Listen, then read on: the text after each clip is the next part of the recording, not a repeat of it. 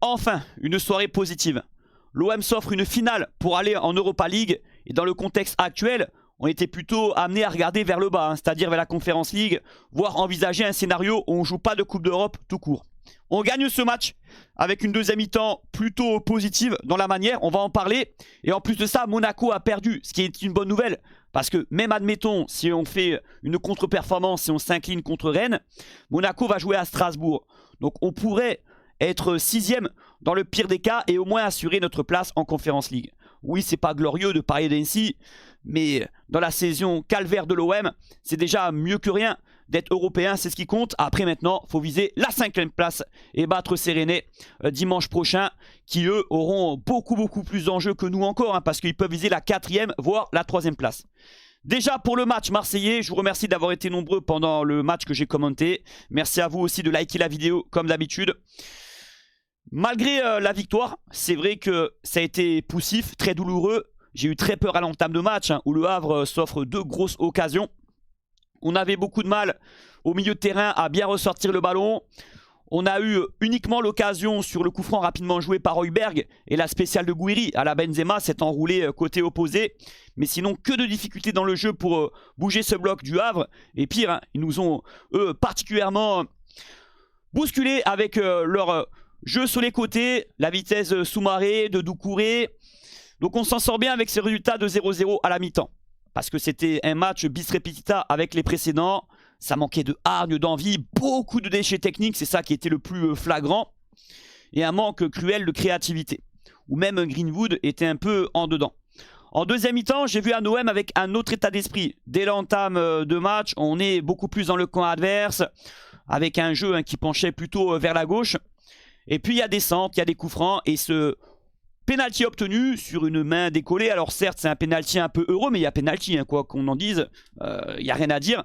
Mais c'est un penalty qui est allé dans le mur. Donc Greenwood en profite. Il met ce poteau rentrant. Et ensuite, on confirme bien notre avantage. Parce que je trouve que on a le ballon. On n'est pas en danger. Au milieu de terrain, ça va mieux. Il y a plus d'allant devant. Et le Havre, contre toute attente, obtient un penalty sur une traversée de Bouffal. Et au départ, un ballon bêtement perdu par Greenwood qui tente une roulette à la Zidane au milieu de terrain. Et ensuite, Medina qui se fait avoir comme un enfant sur Bouffal. Et heureusement, la bonne mère était avec nous pour une fois. Le Havre qui rate ce penalty. Et même après le penalty raté, il y a Rulli qui fait un gros arrêt. Donc à ce moment-là, on voit quand même le groupe content du penalty raté. Un minimum solidaire. Ce sont des images quand même qui m'ont fait... qui m'ont rassuré, qui n'ont pas fait plaisir parce qu'on ne va pas leur pardonner de la saison, mais ça m'a rassuré quand même pour cette fin de saison. Après la fin de match où Abibey a procédé à pas mal de changements, il y a eu des minots qui sont rentrés comme Kamisoko, comme Logo, comme Lamar l'avant-centre. On a fait les efforts, on a bien tenu, tout le monde coulissait, se replaçait, ça a été une attaque-défense en faveur du Havre. Mais bon, ils n'ont pas eu beaucoup d'occasions, sincèrement, juste dans les arrêts de jeu, sur le dernier coup franc. Et nous, non plus, vous allez me dire, sauf... le but refusé de Péchao où il est légèrement hors jeu. Dommage pour lui. D'ailleurs, maintenant, je vais parler des joueurs. Ceux que j'ai aimés, ceux que j'ai pas aimés. Mais pour résumer, la victoire de l'OM sur l'ensemble du match. Bon, c'est pas volé, bien sûr. On a été quand même un cran en dessus en deuxième mi-temps. Mais sur la première mi-temps, c'est le Havre qui est un cran en dessus. Donc, match nul. Ça aurait pu être juste vu la rencontre. En tout cas, c'est mon avis. Bon, on va commencer par Rulli qui a fait 2 beaux arrêts. Sur le penalty repoussé où il se détend parfaitement en début de match, même si la frappe du Havre était un peu axiale. Il y a eu aussi une double parade, mais il y avait hors-jeu du défenseur Seko là, sur un coup franc où il était largement devant notre défense qui jouait en zone. Donc un Rulli décisif. Ça a été trop peu le cas en 2026, mais c'est quand même un gardien qui a une affection dans mon cœur, qui a beaucoup de talent, de qualité. Et vous savez quoi, Rulli, je confirme ma position. L'an prochain, il doit rester parce qu'on a tellement de chantiers prioritaires. On connaît son talent, son potentiel. Il a besoin un peu de se reposer. Et on aura Delange en concurrence comme deuxième gardien.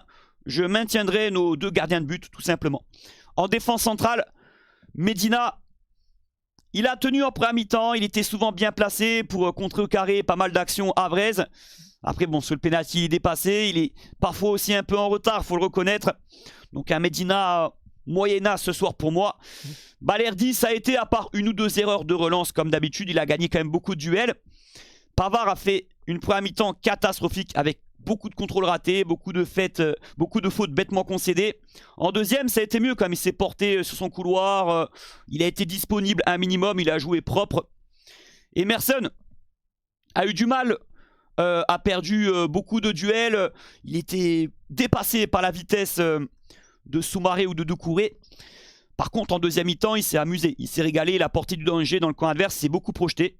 J'ai bien aimé son attitude en deuxième mi-temps. Et puis au milieu de terrain, par contre, Nadji, très limité techniquement. Il me rappelle Jean Onana, le Camerounais, il y a 2 ans. Donc ouais, déçu de sa prestation. Beaucoup trop de déchets. Højbjerg, ça a été compliqué en première, un peu mieux en deuxième mi-temps quand même. Il a bien tenu. À l'image de l'équipe, en deuxième quand même, il s'est imposé comme un leader au milieu de terrain. Il a conservé des ballons, il a joué simple, juste. Il a su monter sur le porteur de ballon adverse quand il y avait la possibilité de le faire pour gagner des ballons. Donc ça a été... Parce que Højbjerg, hein, ça fait tellement longtemps qu'il n'a pas fait un bon match. Donc dès qu'il y a un peu du mieux, ça se remarque. Et Timber, je l'ai trouvé en dedans. Il veut partir, hein. Ça se confirme depuis quelques matchs. Alors oui, il a du talent, mais avec cette attitude-là, ça sert à rien de le garder. Le mec, dès qu'il avait le ballon, il était capable de faire, avec un contrôle orienté, avec son coup de rein, la différence. Mais tu m'étonnes, tellement il courait pas pendant le match, tellement il faisait pas les efforts. Donc, ouais, très déçu de ses dernières prestations à Timber, qui n'est plus du tout dans le coup. Peshao, il s'est donné par contre. Lui, il a été volontaire, même s'il n'a pas fait beaucoup de choses très tranchantes, hein, très dangereuses. Balle au pied, il a eu du mal quand même à passer. Il y a eu une action en fin de match où il se met en position de tir, mais sa frappe est dévissée. Il a obtenu quand même quelques bons coups francs en fin de match et il y a ce but refusé. Ça a été correct, Peshao, voilà, sans plus. Et Greenwood, qui a perdu beaucoup de ballons, beaucoup de duels, mais à côté de ça, qui a beaucoup participé au jeu, qui a beaucoup décroché, comme un joueur dans la création, comme un milieu de terrain. Bon, on sait qu'il dézone beaucoup, hein, mais dans l'attitude, en tout cas, Greenwood, j'ai trouvé quand même dans le coup ce soir, dans le match. Et ça s'est vu après son penalty marqué, hein, où il a été salué à Bibey.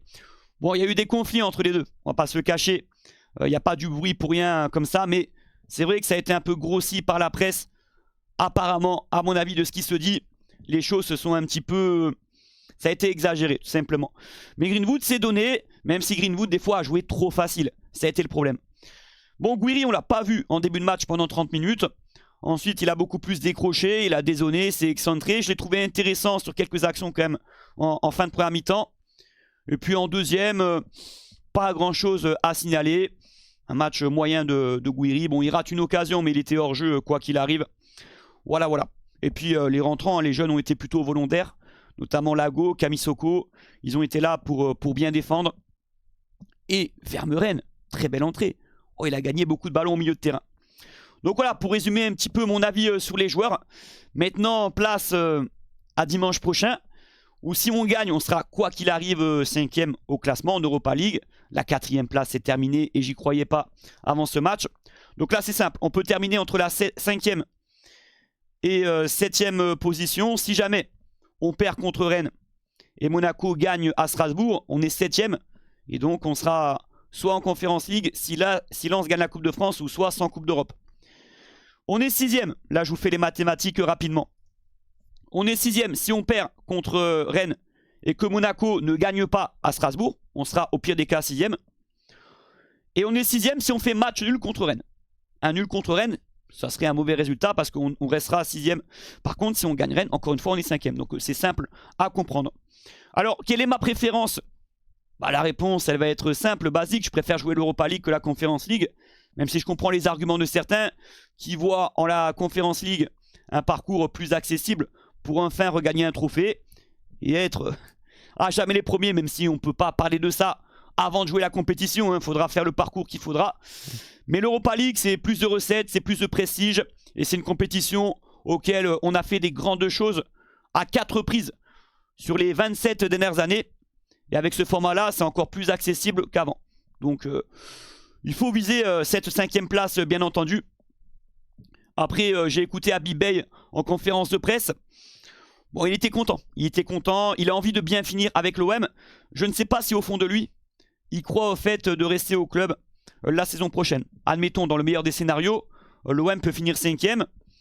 Forcément, sur la saison, ça serait un gros échec, hein, parce qu'on voulait le podium coûte que coûte.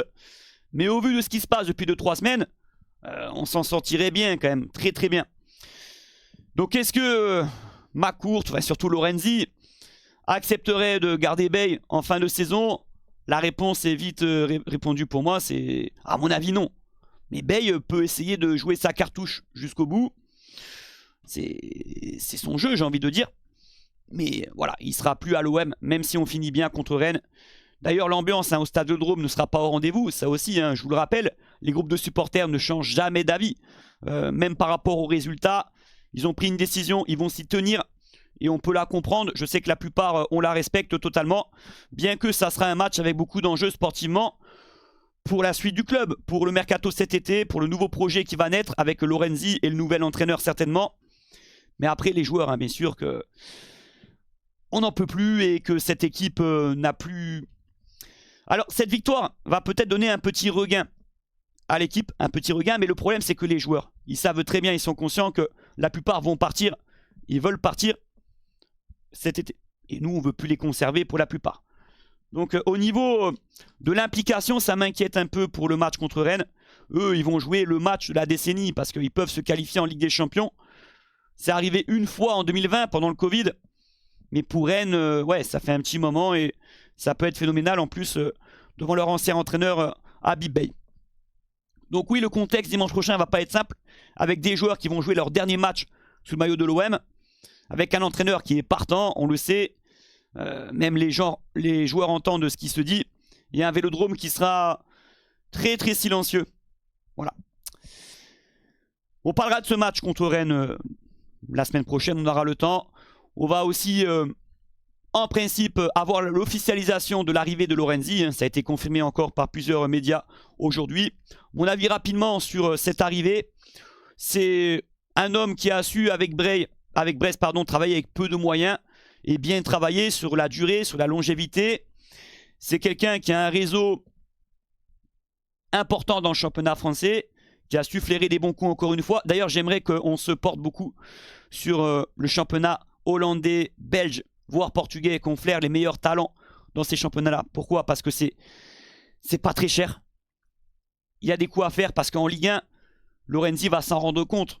Il ne pourra pas travailler comme avec Brest parce que les clubs vont être beaucoup plus demandeurs envers nous que quand il travaillait à Brest. L'OM, il tape à la porte. On demande un prix beaucoup plus important. Même un OM qui a moins de moyens financiers. Et ça, c'est la vérité. Ça va se savoir. L'OM, on ne fait pas de cadeaux en général. Et c'est la vérité. Donc voilà, il devra aussi, bien sûr, s'entourer de personnes qui travaillent sur d'autres réseaux. Dans le marché européen, de préférence. Parce qu'il y a des coups à faire en Belgique, en Hollande et au Portugal, par exemple. Bien sûr. C'est un homme discret qui ne va pas beaucoup s'épancher dans la presse, dans les médias. Pas comme Benacer. Alors, je ne dis pas que c'est négatif ou positif, mais c'est un style différent qui n'est pas capable de taper du poing sur la table non plus, comme savait le faire Benassia, mais qui aura sa chance à l'OM, et de toute façon, il faudra le laisser travailler, et ce discours-là, tout fait, je vais le tenir quoi qu'il arrive pour le prochain entraîneur qui va être choisi. Que ça soit un coach que j'aime pas ou que j'aime bien, peu importe. Là, il faudra aussi retenir les leçons de cette saison, ne pas mettre le feu avant l'heure, et laisser la chance au produit, comme on dit, parce que oui, peut-être avec le recul, cette saison, on s'est un peu mis le feu, tout le monde a compris, au mois de décembre, au mois de janvier surtout, bien qu'il y avait de quoi être déçu, être scandalisé, mais ensuite ça s'est empiré. Voilà. Et là, tout compte fait, on ne joue pas la qualif en Ligue des Champions, on joue au maximum la qualif en Europa League, et donc c'est un échec quoi qu'il arrive. Donc en tout cas, bienvenue à Lorenzi, même si on va patienter encore quelques jours. Il a préféré le projet marseillais au projet niçois. Bon, c'est normal parce que Nice, niveau moyen financier, niveau objectif, c'est quand même en deçà de nous. Et l'OM, oui, garde une certaine attractivité quand même parce que relancer l'OM, ça peut être un pari intéressant, même pour un Genesio qui va se qualifier en Ligue des Champions avec Lille en principe. Il a fait le tour avec Lille. Objectif podium, il a fait le maximum qu'il puisse atteindre. Mais s'il signe à l'OM, il aura une exposition 10 fois plus importante, comme jamais il a eu dans sa carrière. Et il aura l'occasion de relancer le club. Et quand tu arrives avec ce projet, ce statut-là, tu as plus de chances de réussir que d'échouer. Vous voyez ce que je veux dire? Ça me rappelle le cas Zidane qui va rejoindre l'équipe de France au mois de septembre. Lui, c'est différent. Pour faire mieux que Deschamps, au niveau des résultats, ça va pas être simple. Voilà. Donc le prochain entraîneur qui va arriver sera dans une configuration intéressante pour faire mieux que cette saison. C'est ce que je veux dire. Et moi, je reste sur ma position. Je préfère Genesio ou Conceição que les autres noms qui fuitent dans la presse ces temps-ci. Bref, on en reparlera. Merci à tous de m'avoir suivi. Je suis content quand même. Je suis content. Enfin, je suis soulagé parce que c'est une soirée positive. Je m'en fous du match, de la manière, même si encore une fois, on a vu quand même des joueurs qui se sont donnés quand même un minimum. Ils se sont donnés un minimum ce soir. Ils se sont donnés. Ça a été laborieux, poussif. Ça a été mauvais, souvent en première mi-temps, vraiment. Mais l'essentiel, c'est les 3 points, vraiment. Et d'avoir en plus une finale pour aller en Europa League dimanche prochain. Donc c'est magnifique. En sachant que peut-être qu'on sera au pire des cas 6ème. Et en Conference League dans le pire des cas. Merci à ceux qui like en bas de la vidéo. Moi je suis un peu fatigué là parce que j'ai commenté pendant 3 heures. C'est pas facile les gars quand je sors d'un live, commenter un match de l'OM pendant 3 heures avec l'avant-match et faire un débrief juste après. Même si j'aime bien parce que je résume les choses, je donne un peu mon point de vue à froid. Je préfère les faire quelques jours plus tard, les vidéos, comme pour les avant-matchs. Enfin bref, c'est un détail. On sera là pour l'avant-match OM Rennes, avec Thomas par le foot d'ailleurs, le supporter aîné. Et voilà, merci pour le soutien. Mettez le petit pouce et allez l'OM. Soirée positive encore une fois. Et ça fait du bien, même s'il faudra faire un match encore meilleur contre Rennes pour espérer être 5ème. Ça, c'est une évidence. Et on va se focaliser là-dessus. Allez l'OM.